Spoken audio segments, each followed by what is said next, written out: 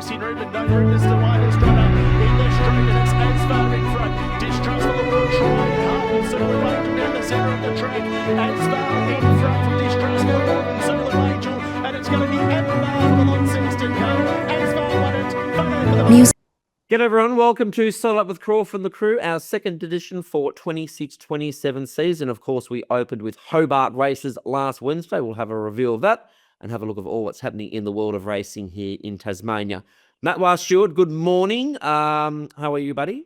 I'm good. I'm coming to you from Siem Reap this morning, which it's my third visit, and I put it on your to-do list. It's such a it draws me back every time. I love it. So good on you, buddy. You're nice and warm weather too, hey? Very nice and warm. Excellent. Yeah, fresh here this morning. Mom says it's been a beautiful, crisp day. Let's head to Hobart with a brand new haircut. Snapper Reed, good morning. You're looking sharp, my boy. Thanks, Crawf. Siem Reap. That takes me back, Matt Ware. I have been there over a decade ago now, but yeah, no, that was good fun. I had to get the new trim. This is my last day, and then I've got 10 days off, Crawf. So heading to some sunshine in Queensland with the family. I thought I'd get the new do and had to impress for the podcast, of course. Absolutely. And you always get a good haircut when you jump on a plane as well. It just makes you feel a bit more fresh and about, doesn't it? He looks like an athlete, Crawf. He does, exactly. I said more military than anything, to be fair. A little bit military man in uniform, yeah. Yep. Exactly. All right, guys, let's get started. We had our first Wednesday last Wednesday in Hobart. This was the Sunday meetings, now going to Wednesdays for the next 2 months. Snapper, I'll start with you. The track had come up a soft 5, very quickly went to a soft 7. The fence seemed to be just off. Everyone was swinging wide. It just sort of didn't seem to work for this first Wednesday meeting the track, did it? Yeah, so we posted a 6 in the morning, and the chat I had with the track manager was it's sort of in between a 5 and 6, and then immediately after the first we were down to a 7. Yes. There was nothing in the data to suggest that track was a 7. The times were pretty much identical to the previous meeting, which was a soft 5. So it was interesting. Either way, why did it go to a 7 then? Well, that's a good question. But it can't be for no reason. Well, I think early feedback from the jockeys was that they were getting into the track a little bit. So I'd like to think that we're in a place where we could use the data a bit more to go off these things, because you get a foggy morning, there's going to be a little bit of moisture on the ground, and we know that with these tracks, they tend to take the top of them after the first two. It's the old little kids playing footy and kicking the dew off the grass type theory. Yeah. So, look, that happened. I think with the track, so if we go back to the size produce meeting, which was on the 19th of July, originally the rail position for that meeting was going to be out at around 9 or 10. We made the call to move it back into the true, I think primarily to make sure that enough runners could get starts because we had big fields there. Yes. What we've seen is that for the last 2 meetings, the rail's just been way off in Hobart. If low draws were not where you wanted to be, essentially, if you drew 15, it was much better than drawing 1. And look, that happens with winter tracks. Unfortunately, It's tough when you do, say, this podcast on a Tuesday morning and you think that barrier 1 might be better than barrier 15 and it ends up being the opposite. But that was a bit of a beast as far as how the track played, and I think it just needs a rest, really, the Hobart track. Sure, Matt. Why I'll throw to you. Why I got probably a little bit disappointed, a bit disheartened was because it's our first Wednesday. We came up for our first Wednesday for the new season. We're up against better meetings. We're hoping for better wagering. Cranbourne gets called off that morning off, so that gives us a little bit more push as well. And it just looked like an unfair track, didn't it? Yeah, I tell you, and this is a good time to mention the guest we have today, a special guest, because this special guest will give us some good insight into this too. Yeah. And you might you do the drum roll for our special guest. Ziggy Carr is going to be our special guest this morning on Saddle Up with Crawf and the crew. And you're right, Matt, she will give us a better opinion. But in saying that, Matt, when you've got a first Wednesday meeting, the fence is diabolical. It's gone from a soft 7 after race 1. It was annoying. Yeah, it is annoying. I mean, to be honest, I prefer that type of bias to the screaming rails hugging bias, because I think that leads to a lot more clutter and potential danger. Snapper, it's interesting you mentioned data, because quite often, no matter how many track walkers there are, no matter how many experts and track assessments, it's all a mystery until it plays out. And sometimes people then say, well, maybe the jockeys are being sheep and so on. But I don't necessarily agree with that. But as you say, like going in, how do we best have the right sort of data to try and work out what the track pattern might be? And I'd like to know, those heavy fogs you get, those heavy dews, they dump so much moisture on a track, and whether when you come off a heavy dew, it presents an unforeseen track pattern. What do you make of all that? I'm mainly thinking about how much data is good data going in and how much we can know before they open the gates for the first race. Well, I think obviously the track managers use the Peno and their tools to give you your baseline measure, and anything from there either has to be based on race times or anecdotal feedback from the riders. I will say though, so this is based on 4 years of wagering data on Tasmanian racing. Basically, if we're racing on a good track, turnover's at its best. It drops by 19% when we go to a soft track, and it drops by an additional 26% when we go to a heavy track. So essentially, wagering goes down as the track gets worse. So what we have to be very sure of is that if we're deciding that we need to go from a 6 to a 7 or a 5 to a 7 or a 6 to an 8 after one race, it is damaging our brand and it will impact turnover. Very good point. If we're deciding to do that, it can't be because we got wet boots in the first race or that we took the top off the track. We need to be very, very, very confident that we are running on a genuinely rain-affected track because, as I say, it's damaging our brand and it will impact turnover. And here last week, as I mentioned, yes, you didn't want to be anywhere near the rail, but there was nothing in the times to suggest that that was a soft 7. The prime example being Southern Auroras, who raced at both Hobart meetings. She won in a time that was 2.5 legs quicker on the last race on a supposed soft 7 than she did on a soft 5 the fortnight prior. So, no, well done, and you summed it up beautifully, Snapper. You've done your homework well, and you've answered that very, very well. Okay, let's talk about wagering then. For our first Wednesday meeting, of course, we were happy to get off Sundays to go back to Wednesdays for wagering. Snapper, can you give us any light to how the wagering was for our first Wednesday? Yeah, the early indicators, and these were provided by Entain Crawf, were really positive. So Excellent. sort of 50% more active customers, Yeah, perfect. higher bet count, higher turnover. There wasn't a Cranbourne meeting in Melbourne, so the Melbourne meeting was lost That's right. due to their weather. And there's two schools of thought with that one, Matt, and you might know this one a little bit more than me. If you're a punter that was going to bet on Cranbourne, maybe you just take the day off. But in turn, some punters that were going to bet on Cranbourne decide to shift their turnover to Hobart. So it's hard to know what the right logic is there, but early signs were that wagering was positive. And I will say on track, it was far from a ghost town. I mean, the crowd would have been very comparable to a Sunday. Yeah, I agree, Matt. Well, we always thought the Sunday to the Wednesday wagering was good. It has been. You think it's a positive move, don't you? Yeah. And well, obviously, because the data says Sundays is, the Like third this. or fourth day. But it's interesting what Snapper says, just quickly on that point. When you lose a key meeting, do punters turn their eyes to whatever else is available and that advantages that meeting, as in Hobart?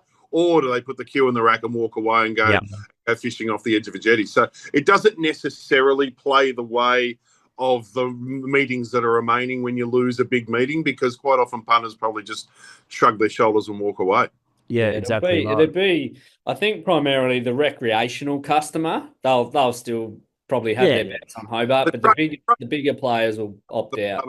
We'll bet on whatever's there. They'll have but whether that's the serious punting dollar, exactly. All right, let's talk about the highlights of the day. Kelvin Sanderson, the Iceman, he rides a double, but apart from that, it was pretty much girls' day out down in Hobart last Wednesday. Kiralee Lane, of course, had a double. Others, females that won was Sam Kennedy, Bree Temple, Chloe Wells. Have I missed anybody? I don't think so. Hayley McCarthy, of course. So, Snapper, the girls were really in force here, and they're in for a very strong season. Well, they've sort of taken over Crawf. I mean, they certainly have the numbers in their favour. I think there'd be a lot more females in the jockeys' rooms than there are in males in the jockeys' rooms. And again, I mean, we're seeing it. You mentioned a few senior riders there, but a lot of the apprentices coming down and getting some opportunities. Sam Kennedy's almost a a household name for Tassie punters there. But yeah, no, look, track aside, I thought it was a good day of racing, and we saw some nice winners on the card. Yeah. Sam Kennedy is the greatest blowout jockey. So many times Sam Kennedy has got up in a quaddy leg at 45 and knocked me out. But as you say, like, I don't think it's said often enough what a nursery Tassie is for great female talent. You've got Bev Buckingham as the pillar of, you know, the history of Tasmanian of jockeys in Tasmania, and even Raquel Clark back in the day, Tegan Vurum, Taylor Johnson. Like, it's just a never-ending list, Chloe.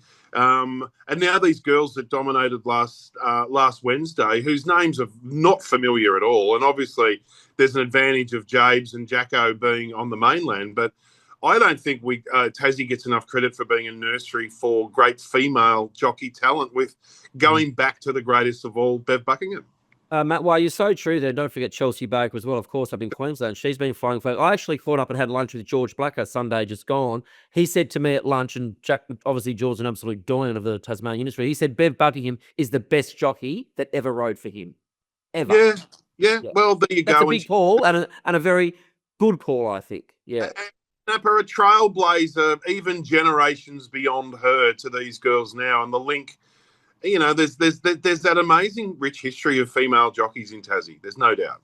Well, of course, we should mention our special guest that will be coming up shortly too. Of course, one of the. Imagine if you've forgotten to say that. We mentioned every other. Wash your mouth out, Matt. One of the modern day greats. The challenge we have for the industry down here, and it's a little bit of a turnstile of jockeys, is, again, you come back from a punter's perspective. You want to have confidence in who you're investing in. So it's important to not only that they get the opportunity, but they take advantage. And like someone like Sam Kennedy, who's been riding for down here for over 12 months, you know what you're getting with her. So if we can keep some of these riders and keep giving them the opportunities, then it means a lot for punters who are able to invest knowing what they're getting. Absolutely. Let's keep rolling along here a little bit, boys. Snapper, let's just do a quick couple of highlights from the meeting. Obviously, Alvarino wins the open handicap. What a great money spin it's been for Imogen Miller there and Connections. And I thought one of the most promising horses to come out of the meeting, Snapper, was Sean Nichols' horse, Shaborn Power. He wins again. He's now won, 3 from 4. He looks good. Yeah, he looks really good. And from the sort of same family as Shaborn Midnight. Yes. And he's a very good horseman, Sean. And I think very good horseman. Can go through its grades. I think Southern Auroras, who won the last race, she's a horse to follow. Alvarino, she might potentially head to the breeding barn now. So okay. She's done a ripper job. I mean, she's got multiple black type placings in. Oh, she's been a great mare in the Group 3. So it's sort of. I think reviewing the meeting, as we said, you can be forgiving of horses that drew low, but there were some horses that won that are really nice going forward. Absolutely. Okay. Let's talk about the Tasmanian Racing, having racing.com for the end of the calendar year. We've got 5 dates locked in, Snapper. Tell us what they are. So what are we? We're AFL Grand Final Eve, Crawf. Oh, that's a good one. Potentially the Demons might be there after you saw them knock off the ladder leaders. I have never been. I know. I went to the girlfriend called Steph Grentel, who Matt Wah knows, and I said to her going to the last quarter, I said, I don't care actually who wins. I said, of course, I want the Demons to win. I said, this has been the best game of football I've ever watched. The last 8 minutes, I've never been to a game like it. Grand final pitched fever. Outstanding.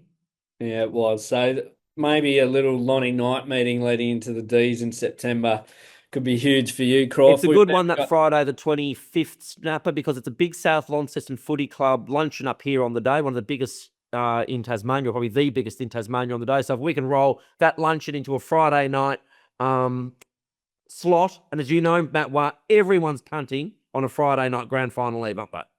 Yeah, that's your chance. That's the big one because of that, exactly what you say. It's a sporting vibe all around Southern Australia, and you got to cash in on that. That's a good one. So that's the first one, is it, Snapper? Yeah, so look, we're the 25th of September, the 2nd of October, the 9th of October. So we've got 3 Fridays early in the night season, and we break. We've got Newmarket 3-year-old Cup night, and then we've got the Kevin Sharkey Inevitable Stakes and Tassie Guineas in Hobart. Sunday. Okay, so 4 go to Lonnie and 1 to Hobart, and that's for the end of this calendar year. Can I ask already, Are you already talking about next year as well? We will. So the complexities with this is that we need to have certain race gaps to be able to fit into the windows with racing.com. So we can't do Wednesdays because they don't work with racing.com because they don't have another night meeting. The Fridays work perfectly because they've got a studio host and we can tie in with most likely Cranbourne yeah. the majority of Fridays. And the opportunity to broadcast that Sunday in Hobart is great because it's one of our biggest and best meetings, particularly for the TRC outside the Cup. Yes. I think looking ahead to 2027, if we could make it work, I'd love to just get the biggest and best. So we'd be looking at Devonport Cup Day, potentially Derby and Hobart Cup Day, and probably Oaks and Launceston Cup Day. Agreed. Okay, that's good news. Let's talk about James Johnson. His great run just keeps continuing. Matt Wah, he's just doing a fantastic job and he's opened up the new season terrifically. Well, yeah, and there's still a lot of winter to go for him to keep chalking up winners with the claim. And Kieran Maher, a couple of weeks ago, was talking about his work ethic and his dedication. And, if Kieran likes you, you're in. Kieran, yeah, if he doesn't, you're out. You're out. Yep. So, simple as that. The fact that Kieran likes him is a good thing. And look, he was interviewed. He was a special guest on .com the other day on one of the shows, and he was. You know what he and his sister are? They are so well spoken. And very cool. Very cool. Yeah. Like there's, just a nice stone face, but talk a lot of sense. Yeah, and they look the same too. I said that to both of them. I said, like each other. Well, we are brothers. Well, that's brother and sister, man. Well, exactly. So, but they're modest, well spoken. Everything that you want. Yeah. What's your gut feel, Matt? Do you think we're pretty much into the start of the Victorian spring. Do you think the opportunity is going to be there for Jabes in non-claiming races? I remember a couple of seasons ago, a guy called Wirramu Pin came over from New Zealand and based himself at Cranbourne, and he was the it and a bit apprentice, and things did dry up for him. I'm good friends with Alana Kelly. Things dried up for her, so there's no guarantees. Like no matter how many turbo jets you've got flying through with your claim, it's still difficult. But I think my default position with him is his character and his personality and the way and his work ethic, and the same as his sister Taylor as well. So he will make sure it happens because he won't drop the ball. You know what I mean? He won't drop his lip and he won't drop the ball. So, and he's such a great jockey. I mean, a mate of mine, an ex-champion jockey, alerted me to him a couple of seasons ago and said, "This is the next James McDonald, this kid." Okay. So we'll see. I'll tell you another thing that'll help Matt Wah. Now that we have so many clashes, like those Sydney and Melbourne big days clashing, we get a little bit short of riders, especially with those full fields of 18 and 20 over the carnival. He will get on those bottom weights. Well, that's right, because there are so many heavy jockeys now. Like like the Jamie Motts and etc. Yeah. They can't run under 56. How low can he go? How much of the claim can he have? What's his minimal riding weight? What can he ride, Snapper? Oh, he could get into the. He could ride 50, couldn't he? Well, he could get in the high 40s, I'd imagine, if he has. Ronnie reckons 49s. Yeah, he's a proper. Because he looks like a jockey. Yeah, he's about 50. Yeah. On a 33 to 1 chance in the Melbourne Cup. Yep. Easy. Absolutely. He could even get a Caulfield Cup ride. It's Everestane, Sydney. There's 18 runners in the Caulfield Cup, and the bottoms have got 50. He gets a ride now. Don't forget Kieran will have 5 or 6. Correct. Exactly. Okay. Very good, Jades. Well done. Asvar. Flemington was very good the other Saturday, runs third. He now heads to Caulfield Saturday. I see they've nommed him for a 1,400 a mile. I dare say he'll go to the mile. It's just a benchmark 100, I think, off the top of my head, Snapper. If he runs well again, as we said last week, he'll just keep flying that flag, hopefully, towards the Geelong Cup. Yeah, absolutely. Super return. He did everything they could ask for, and I think you just keep ticking the boxes, you keep progressing, and see how far he can go. Well, he's underway early, isn't he? Like the Geelong Cup and that are a long way off. It's about what they normally kick off this weekend. So he's probably had 1 week before Matt Wah, but they always normally kick off. It used to be the Liston States back in the day. It's now the PB lines. They always kicked off this weekend. Yep, true. Yep. Thank you. Okay. Well done, Brent. Thank you. Oh, sometimes it works. Snapper, Gigi's Mistruth. Where's she up to? She will trial in a couple of weeks. Yes. I messaged Braden, one of the owners, yesterday. He mentioned Moya and Manicano are the early targets. So where's the Moya this year? Well, I assume at Caulfield. I know the Manicato's at Caulfield. Yes. I guess it would have to be at Caulfield. You're not going to run it Yeah. down the Flemington Well, didn't the Straight. Moore used to be on grand final eve, or has that changed now? The Manicato used to be. It's now on the Sunday after Right. final day. The Moya, I assume, must be a couple of weeks before. Yeah, sure. Okay. So they're all sort of middle of the spring for the Moya. Yeah. Yeah. And the Manicato's at the end of the spring. No, it's at end of September. End of No, September, Manicato's sorry. after Okay. after the Yeah. AFL Grand Yeah. Final. Sorry. well, So they're- she's not far away. They're two very big targets for Gigi's Mystery, the Moya and the Manicato. Just before we head to mainland news of Matt Weil, of course, we've got a feature tomorrow, Matt Weil and Snapper, the Ladbrokes Golden Mile worth 50,000 at Devonport. They've had a couple of weeks off, Snapper. I believe they've just done a bit of tinkering with the track and all in readiness, I dare say, for tomorrow. Yeah, I think they did started some remedial works on the Wednesday after the last meeting. I mean, the track team up there, headed by sort of Ben Holland, they do a magnificent job with the surface, which, as everyone knows, is sort of way past its use by date. Correct. So they're just doing what they can with the tools that they've got.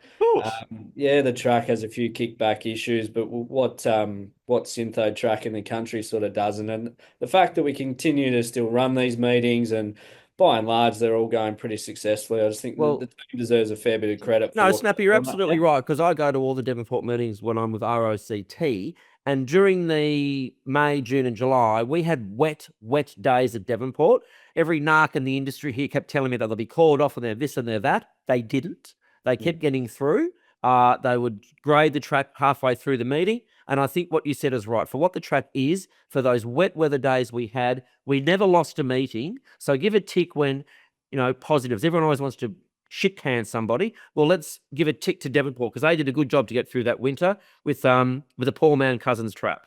Yeah, and they've got a stretch of sort of 3 or 4 coming up before we get to the night season, but probably a case of quality over quantity for the Golden Mile. I know we'll touch on it a little bit later, Ronnie, but obviously golden ticket for the Devonport Cup for whoever wins. Yeah, look, it probably looked a little bit of a stronger race last year on paper. Only 9 runners tomorrow, but it's certainly an even field and certainly still a good field. And I think, again, for its second year running, I think Devonport should be applauded for moving it to the August or Tas Racing. I think they've done a good job. So, Matt Wah, mainland news.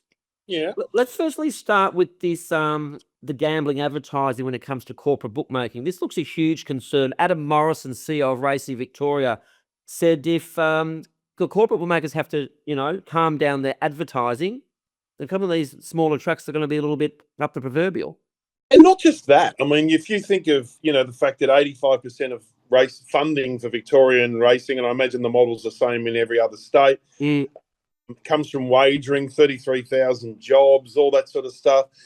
You would imagine that if this push for severe gambling reform that's going on in Canberra at the moment with the Interactive Gambling Amendment Bill, if the desires of the independents and the coalition and the Greens is adhered to, and there's a dramatic restriction in, bonus bets, advertising, celebrity promotions. What's the shortfall like? Without cutting off, I'm sorry, but what's the shortfall like? Is it, say, advertising at the races, or is it advertising, say, at the football or on the TV? Where's it going to be most affected?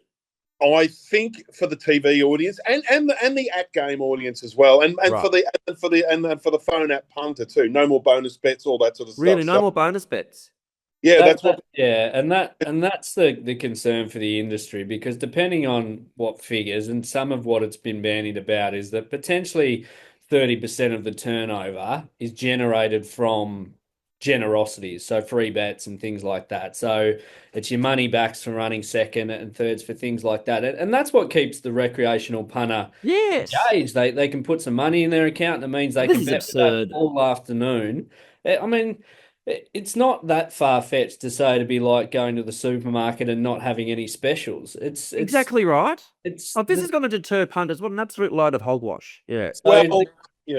Because it has such a big flow-on impact to the funding of the industry, essentially it has the potential to be cutting $10 punter, Snappy, you're right, who loves their I love my bonus bet every week when I have my quaddie.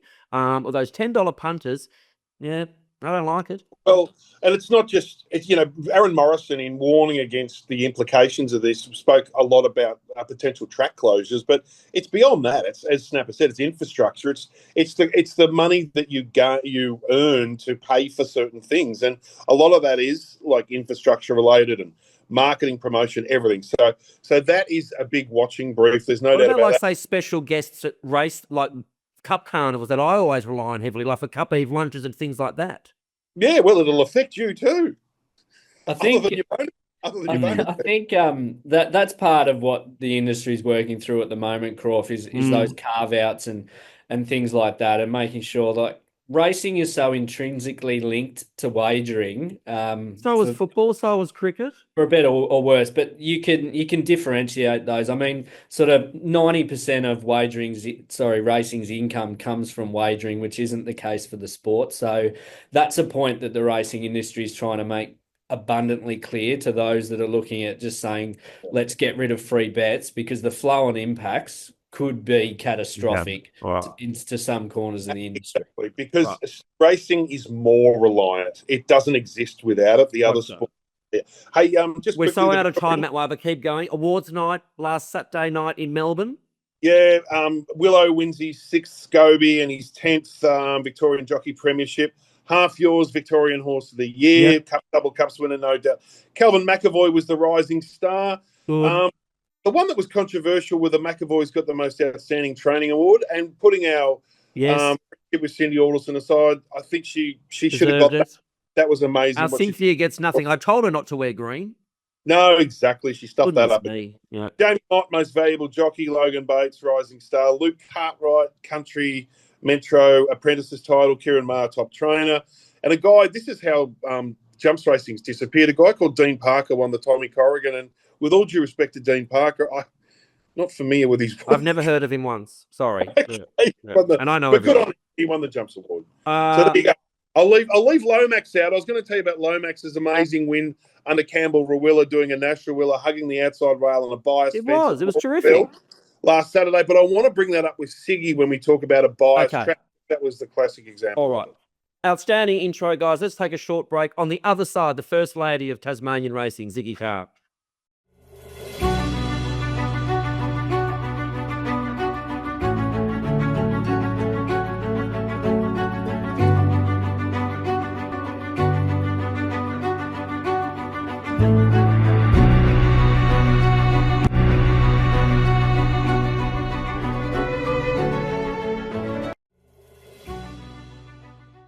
Welcome back to Sell Up with Crawf and the crew. A very special guest here this morning. As I said, the First Lady of Tasmanian Racing, Ziggy Carr. Ziggy, good morning, my darling.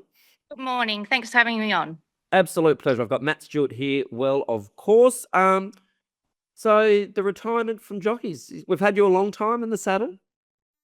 Yeah, really, really tough decisions, but I had to make the call to be right on my body, and as mentioned, pretty sad, but at the same time, got a lot to look forward to. Look, old cliche, Zig, but we're not getting any younger. We don't bounce as well as what we do. You've also got a partner. You've got children. Life changes, doesn't it? It does. It does, and I feel that I've sort of set myself up well as a trainer now, so going to really focus on that. Snapper, Matt, go for your life.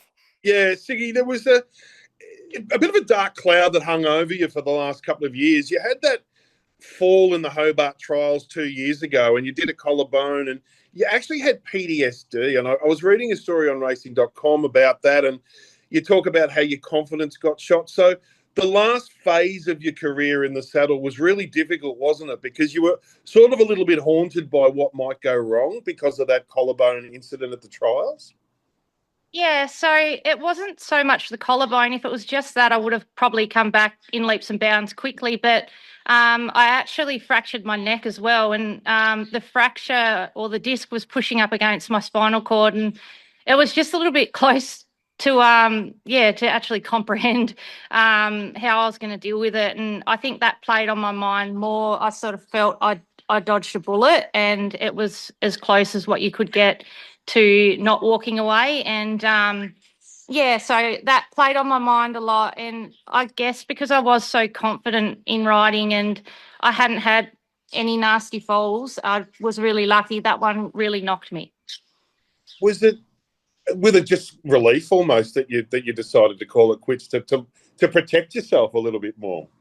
Yeah, and I wasn't as confident. I was thinking about it every time I was on a horse. I still do, but I'm a lot better out in track work because I can make that call if I want to pull up on the track and get off. I can, and I didn't want to be out in a race or a trial and not feel confident. I trialled Love and Bev, and I knew she'd roll to the front and give me, a nice confident ride, and she did that, but I was petrified the whole time I was on her. Even in the barriers, I had David Perez was next to me and actually talking me through it, like saying it was all right. And I didn't want to be there. After that, I just thought, look, I have to think about it seriously. That's really noble of you to mention that, Zig, and well done for saying that. My jockey mates tell me there was no better rider in Tassie of getting one out of the gates faster than Ziggy Carr. Tell us what your little secret was in doing that. They said you were the best, and take it as a win. I don't even really know. It was just a natural sort of gift that I had. Just staying really focused just whilst you're on the horse in the barriers, but also staying relaxed and being a part of the horse. Always made sure I had a nice long rein on them so they had plenty to jump into. And probably brought me undone at times. I'd have horses jump out of the barriers and they'd get a little bit strong and I'd be going for another hold 3 or 4 times. But Sure. I think that was more the gift of sort of just allowing that horse its rein and being allowed to sort of jump into the bridle and staying nice and relaxed. I didn't really get nervous on him in the barriers. I was pretty confident on him there, so I think that helped too. Good. We'll talk about your career in a sec, but I just want to start with going back to the first Hobart meeting of the season. We were talking earlier about the track pattern, and as a jockey, do you know what's going to happen before it happens, or are there any signs? And just the way the female jockeys dominated, you've handed the mantle beautifully to 3 very talented up-and-coming girls who did so well at the Hobart meeting as well. But that bias, through your jockey lens, how do you get your head around that bias last week? It's tough.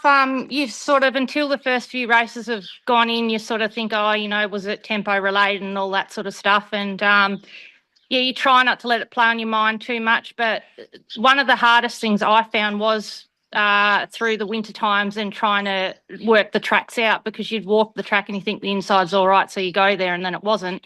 And then you come off and then later on in the day someone else wins up the rail and you get a blasting from the trainer. So it's that was probably one of the hardest things I actually found as a rider was dealing with making sure you take that right track on the track when there is a bit of a bias, and when the tracks are that little bit wetter, it makes it harder. Absolutely.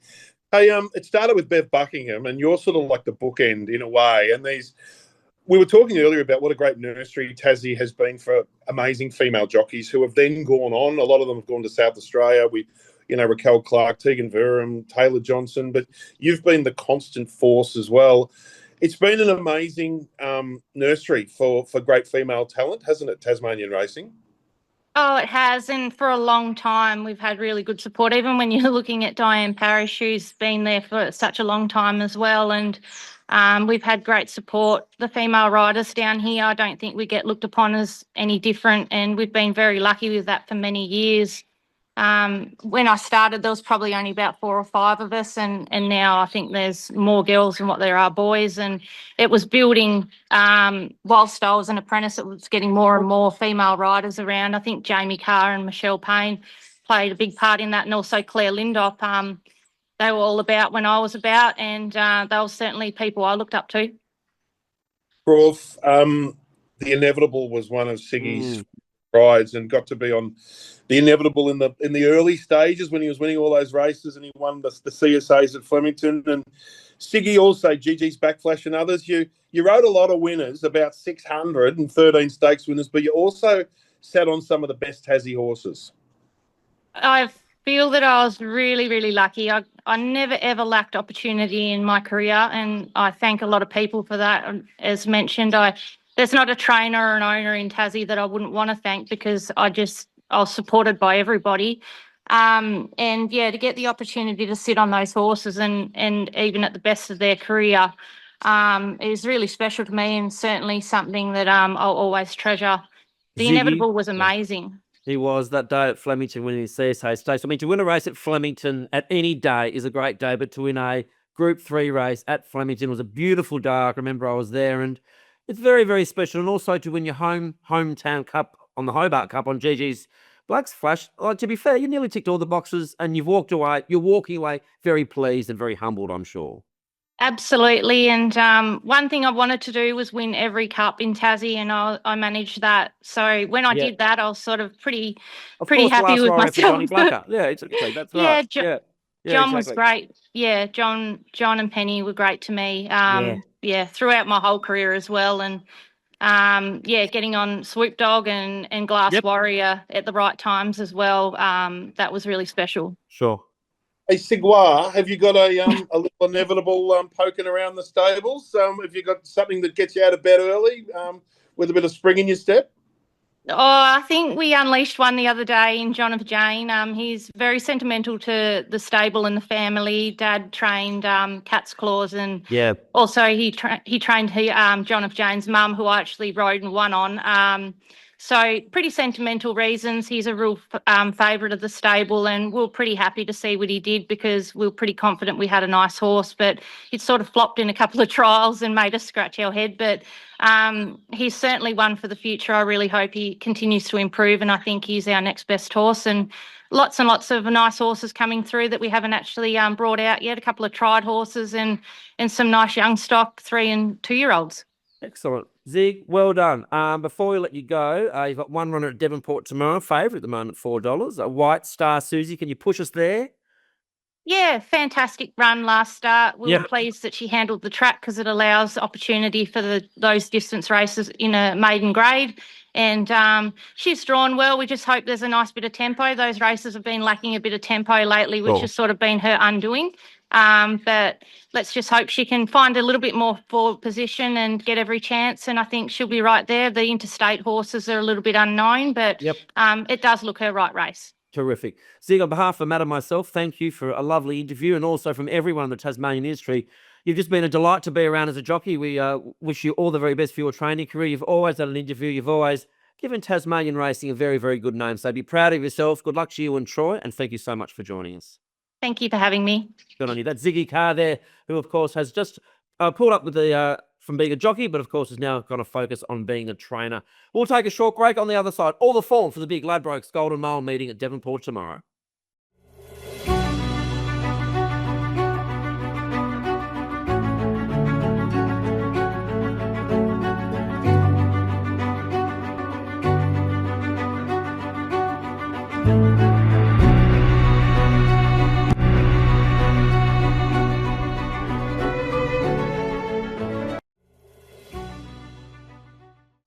Welcome back to Saddle with Crawf and the crew, all that form now for Devonport tomorrow, the big Ladbrokes Golden Mile meeting. We'll say goodbye to Matt Stewart now, but Matt, before you go, a tip from the Golden Mile from you, my boy. Yeah, we were talking earlier about the good drop-in jockeys we get down there from Victoria. We have consistently spoken about. I know Jet Stanley's down for the Golden Mile, the Adelaide Cup winning. And I reckon Garcon Despoir's got a really good chance. So it's run a string of seconds. It's fourth up. Drops a lot in weight. Hey? Drops a lot in weight. Yes. And I think Garcon Despoir, Brentois, and Jet Stanley get the money. That was good. Righto, race 7, number 9 from Matt Wah. Matt Wah, keep enjoying your sabbatical, and we'll see you very shortly on Saddle with Crawf and the Pro. Ronnie Riley now joins us to look at the big meeting at Devonport tomorrow. Ron, good morning. Good morning, Brent. You're well, Matt. Yeah, I'm good, mate. Excellent. Your Blues boys but up? They did. You happy? Very excited. Excellent. Good work. We all had a good weekend, didn't we? We did. We're like 2 peacocks with their tails up. Oh, that's right. Just because the Hawks got absolutely annihilated by Brisbane. I'm completely the opposite. That's for sure. Yeah, you are up the proverbial no form of transportation. Yeah. Righty-ho. Devonport tomorrow. Big Ladbrokes Golden Mile meeting on a Wednesday here in Tasmania. Track is synthetic, of course. The weather is fine. We've had a bit of low maintenance to the track, which will get it through. So let's start off the proceedings with race number 1, the DRC season opener maiden over 1880, 12.22. And the favourite comes up here is Ziggy Carr, who's our guest, of course, this morning at $4 with number 8, White Star Susie, $4.50 for Bale, number 2, and $5 each of 3. 5 All in Treat, 6 Jim Princess, and 7 Highland Dash. Ronnie, Ziggy gave us a nice push for White Star Susie. Yeah, and I think it'll win too. Yep. Last start, it it over-raced pretty bad and was entitled to knock up, but I thought it was an outstanding run to run second. Yeah, sure. It doesn't look an overly strong race. No. I've made the dangers. Number 2, Bailed. Yep. 5, All Intrigue, and 6, Gym Princess. 8, 2, 5, and 6 from Ronnie in the opener on Ladbrokes Golden Mile Day. Snapper, White Star, Susie. Ziggy was confident. Are you the same? Look, I'm probably just against that form line, Crawf. They chased home Bruni Boy, and half of them look like I could run quicker than them. Sure. With all due respect. So probably my default here is the newcomers, Bailed for Emily and David Brown. Yeah. That horse would be up with Glenn Stevenson, and Highland Dash brings okay-ish mainland form. It's now with Trent Wells. And then you've got the newly minted 3-year-old All Intrigue. So I'm probably against that form line of White Star Susie, but I could easily be wrong. I'm not getting carried away in race 1. Okay, so no real comment there from Snapper. Just watch the mainlanders coming across, and also White Star Susie, and Ronnie is 8, 2, 5, and 6. Race number 2 is the Goodstone Group Maiden over 1,000. This is a Tasbred, of course, and the favourite comes up here. Oh, yes, everyone's talking about this one. Number 10, Alcara from the Barry Campbell yard of $2.60. $3.20, Brutal Empire, and then $7 for Deer Power. Another first start of Graham McCulloch's, of Yazzie Nishitani, and Graham McCulloch's is number 9, McElroy at $9. Alkira, Barry Campbell, was a few chirping about this one, Ronnie. Yeah, it trialled very well. Didn't it? First trial that altered him, and then its next trial it raced against horses that have got form. Yes. And every man his dog's talking about it. Yeah. I originally went for Brutal Empire, but I've had to switch. I've switched and gone for number 10, Alkira, on that trial form. Sure. To beat number 7, Brutal Empire, who probably run as number 2nd. Yeah. 8, Deer Power, and 9, McElroy. This is going to be a really good maiden going forward. Okay. Yeah, right on. These would be sort of like 3-year-old cup horses. Well, I think 2 or 3 of them at least have won trials. Yes. Okay. This is a good little race. 10, 7, 8, and 9. Snapper, there's a lot of good trial form coming out. There's been some interesting first starters. Yeah, there is. I mean, they paid 80 for Alkira. She's a relation to Zany Girl. And she was a nice type. I remember that. She is. Deer Power, they paid 42.5 for it as well. It's probably worth mentioning here that some of these draw poorly, but there's 4 emergencies and they all draw well. Yes. So if none of them run, this is a max of 10, then a few of those drawn wide will come in. Look, Alkira's the pick of the trialers. She ran time. I guess the question is whether some of these leaders maybe soften each other up, and then you're looking at a fit horse like Brutal Empire, who's probably got the runs on the board that draws wide. But okay. Yeah, good race. I reckon the betting will probably tell a story. Okay, 10 and 7 there from That's a question I've been asked. We've got 2 maidens over 1,090. One of them's got a field of 12. One's been limited to a field of 10. Sorry, the other one was a class 1. Yeah. Class 1 and a maiden. The maiden has been limited to 10. I had a couple of people query me as to why they can't run 12 in the maiden. And I guess it's because of younger horses on. Is that right? It's driven by the jockeys. So the jockeys request that. So they think that starting point with young and inexperienced horses could be a little bit dangerous. It's why it's capped at 10 versus 12 for the older ones. So make of that what you will. Yeah, I think I know why. 10 and 7 is Ronnie's tips, and 10, 7, 8, and 9 from Ronnie as well. So that's race number 2. Okay, race 3. This is the Kevin Sharkey Class 1009. Field of 12 here. 350, the favourite comes up number 3, Houlihan. 4.50 for number 6, Party Day. And $4 for number 8, GG's Chaser. Ronnie, this is a nice little class 1. Yeah, good even field. I've gone for number 8, GG's Chaser. It's due for a win. Held on well last day over 11.50, and it drops back to a shorter trip, which should suit it. So I've gone for it to win from 4, Houlihan, 6, Party Day, and 5, Thermal Miss. 8, 4, 6, and 5 there from Ronnie. Snapper, class 1 over the 1009. Yeah, plenty of speed here. I like the one. I like the one. Just Plain Nuts is probably my value play of the day, Crawf. Yeah, ran super race first up in a race that Houlihan ran second. Haley just couldn't get on the track from the wide draw.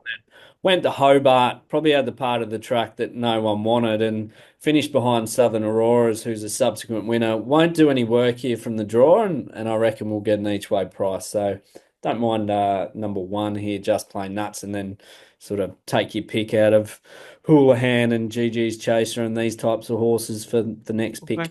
1, 3, and 8 there from Snapper. 8, 4, 6, and 5 from Ronnie. Over to race 4. Save the Greyhounds benchmark 68, 13, 50. Again, another even little race. $4 Simply Deep going for 3 in a row from the Barry Campbell yard. Also Tusker G, Barry Campbell, $4.50, along with Star Damas, last up winner Johnny Blacker, and $5 The Spirit of Zero. Benchmark 6 out of a 13.50. Again, 3 or 4 good chances here, Ronnie. Yeah, I think Barry can probably Quinella the race. I've Yep. actually gone for Tusker G number 1. Yep. It had a run back in late June where it ran second. And I don't know whether something went wrong or whether he's just give it a let up. It does go well fresh.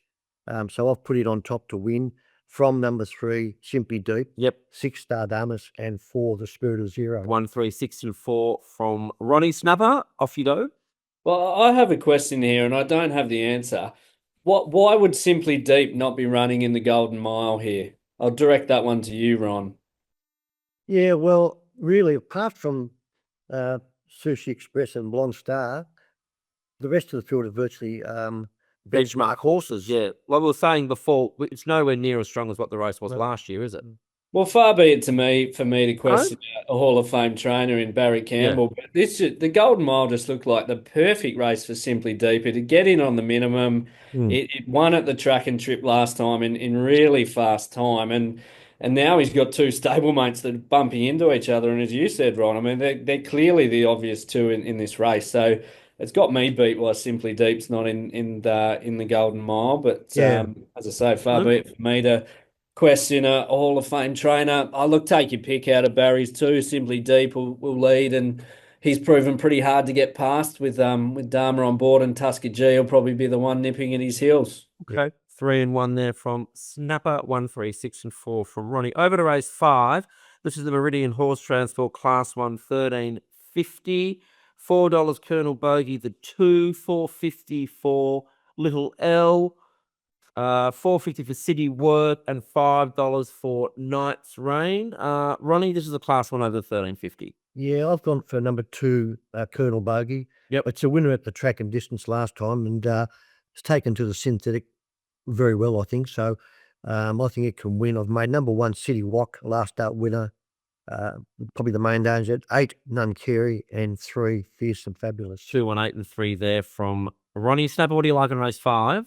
Best of the day for me, race 5, number 1, City Walk. I think they got plenty out of him when he won first up here, beating Brutal Empire. So a bit of a watch on whether that form stacks up earlier in the program. Just these Lowe's draws are worth their absolute weight in gold. So it'll get the run of the race. You'd think 13.50 only suits off what it did for the previous stable. And I think he can win again with a little bit of a watch draw on the other side of the track, which makes it tough for Cavaretta, who's a Star Thoroughbreds horse, having its first start in the state. Okay, 1 and 7 there from Snapper. 2, 1, 8, and 3 from Ronnie. Righto, race number 6 at the stables and spraying class 3, 16.50. Azonto comes up favourite. Good to see her back at the winner's stall last start. It'd been a while at $2.50, $3.80 for Coastal Strife, and $7 each of 2, Regal Hunter and Respite. Azonto back in the winner's stall. These mares can find a bit of form once they do that, can't they, Ronnie? Yeah. And she's come up short. She was a good winner last start, unfortunately. She's always had a bit of talent. She beat our horse, but anyway. She can't win all the time. It was a good run. And I think the extra trip will suit as well. Yep. And it's the same grade. It's class 3 again. So Yes. it's got to be very hard to beat. I've made the dangers 3 Respite, 2 Regal Hunter, and 4 Custom Strike. 1, 3, 2, and 4. Snapper, does Azonto win again? Yeah, the race probably sets up for her. I mean, the 4 horses that Ron just mentioned, they all raced against each other 2 starts back when Azonto was unplaced. So these horses have raced against each other for a fair bit of the prep. The race sets up pretty well for Azonto, though. Like, there's good speed here. You got Persephone, Coastal Strike, Alicent, Still My Sunshine, potentially 4 leaders, and they might all be a little bit weak late in the piece. And Azonto, you could see storming down the outside. So I've got her on top. Not desperate to play in the race, though. Sure. Okay. One there from Snapper, 1, 3, 2, and 4 from Ronnie. Over to the feature. This is the Ladbrokes Golden Mile. Thank you, Ladbrokes, for your continued support. $50,000 race. Of course, this is the second year this has been run in the winter here in Tasmania. Favourite comes up number 2, Sushi Express of $2.70. $4.50 each of 2, 1 Blonde Star and 6 Rubble on the double. And then $9 for 3 Stone Cold Stunner, 8 The Longest Yard, and 9 Garçon d'Espoir. Matt Wow was a Garçon d'Espoir. He liked the chances of it as it drops heavily in weight. And of course, Jet Stanley rides at our meeting tomorrow. Ron, I'll start with you. Sushi Express comes up as favourite. Of course, he was very good at this time last year as well. I don't think the race is as good as it was last year. The top two are obviously, let's say, open handicappers, but the rest of them are benchmark force. Well, yeah. It's probably not as strong a race as what it has been in previous years. I've gone for number 2, Sushi Express. He's a classic galloper. Yeah. I mean, he's 9-year-old, but he's still racing well. He's only lightly raced, really, for his age. Yep. Loves the track and probably lead in the race, I reckon. What do you think, Matt? Will he? Yeah, there's not a lot of speed there, Ron. A few of the noms that didn't accept have really softened up the map for Sushi Express, and he just led, dictated, and won this race last year when he was on the minimum. Yeah. I think he'll do that again. I've made the Dangers number 1, Blonde Star, with the Hobart Cup winner early this year, and does go well at the track. Well wagered for a Hobart Cup winner. And I'd expect a big improvement from her. Number 6, Rubble on the double, good winner in Hobart last time out. And number 9, Garçon d'Espoir, has a good strike rate at the track, and the Jet Stanley on board. 2, 1, 6, and 9. Haven't these benchmark races just so much changed the weights? Like, you go back in the day, Blonde Star won a Hobart Cup 20 years ago and then goes to a Golden Mile in the middle of winter in Tassie. They've got 63. Probably. Would it? Yeah. Anyway. Well, each their own. Snapper, what do you like in the Golden Mile? You want to know? I just think she's very well. Look, for a Hobart, I think she's extremely well weighed. When you've got only 5 less kilos, the Garçon d'Espoir is a benchmark. Oh, yeah, true. Yeah.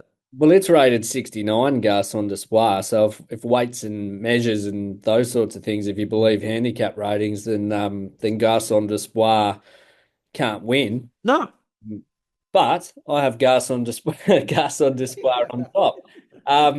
I think of his recent SPs, I mean, he's jumped $1.50 his last 2 starts, Garçon d'Espoir. I think that form is pretty strong. He does drop well on the weights too. Like, take out the ratings. He does drop well on the weights, doesn't he? Well, he finished 4th in this race last year, and I think now as a 5-year-old, he's a bigger and better horse. I think he's the reason that Jet Stanley's at this meeting. I think he's a horse on the up. And I think he's ready to win. I think Sushi Express is clearly best of the rest. The map's pretty soft for him, as a 9-year-old.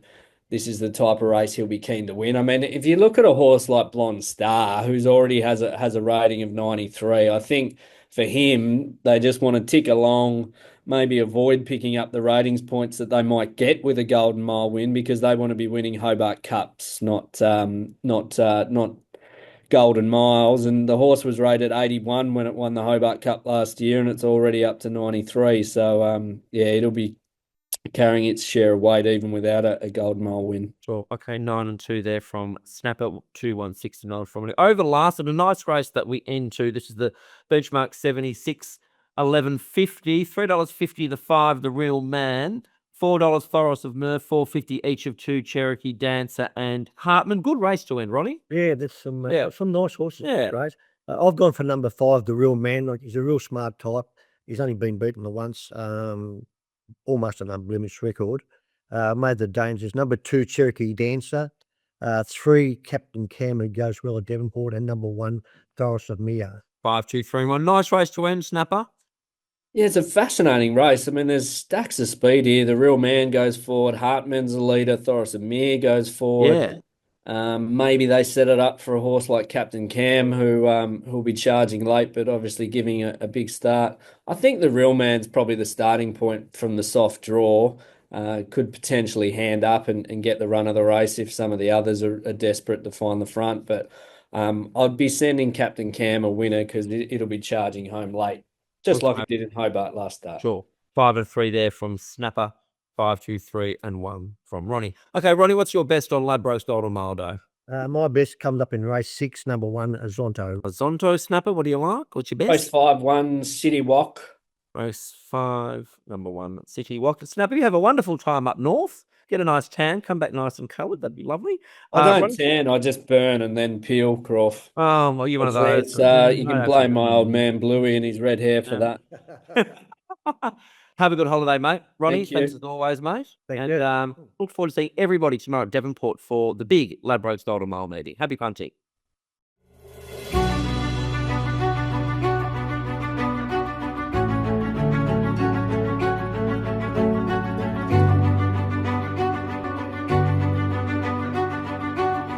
Thank you.